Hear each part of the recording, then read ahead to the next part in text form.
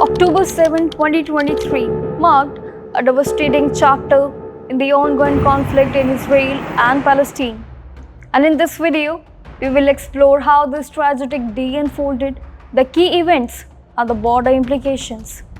Well, the Israel-Palestine conflict has a long history filled with the tensions, land disputes, and periods of violence, where many efforts have been made to achieve peace, but the situation is still unstable and complicated. And on October 7, Hamas launched a large-scale attack on southern Israel, which was unexpected and much bigger than anything before.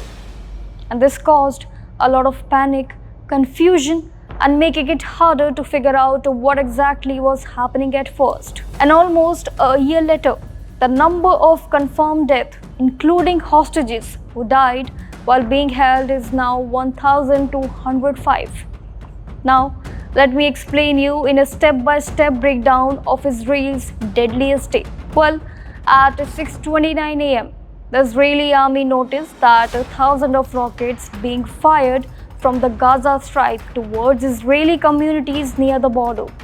And the Palestinian militant group of Hamas, which controls Gaza, who announced that it had launched about 5,000 rockets in an operation called Operation Al-Aqsa Flood.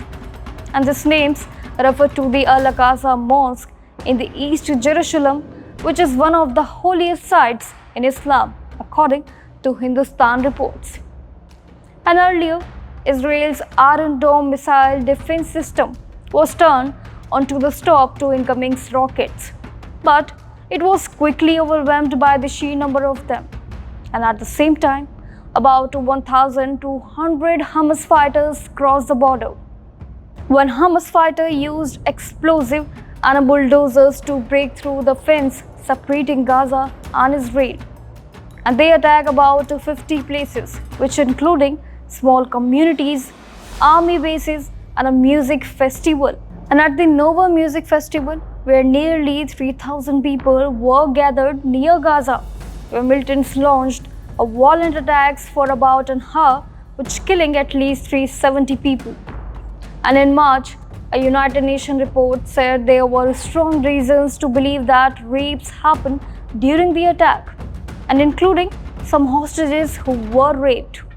And later, around 6 p.m., the military announced that both the soldiers and civilians had been taken by Hamas attackers into Gaza.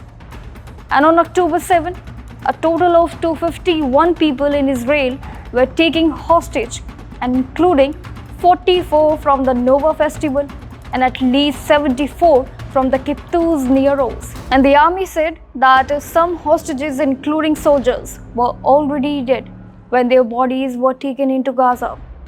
And some hostages might have been killed by friendly fire, like Kibbutz where a tank shot at a house where 14 people were held by Hamas.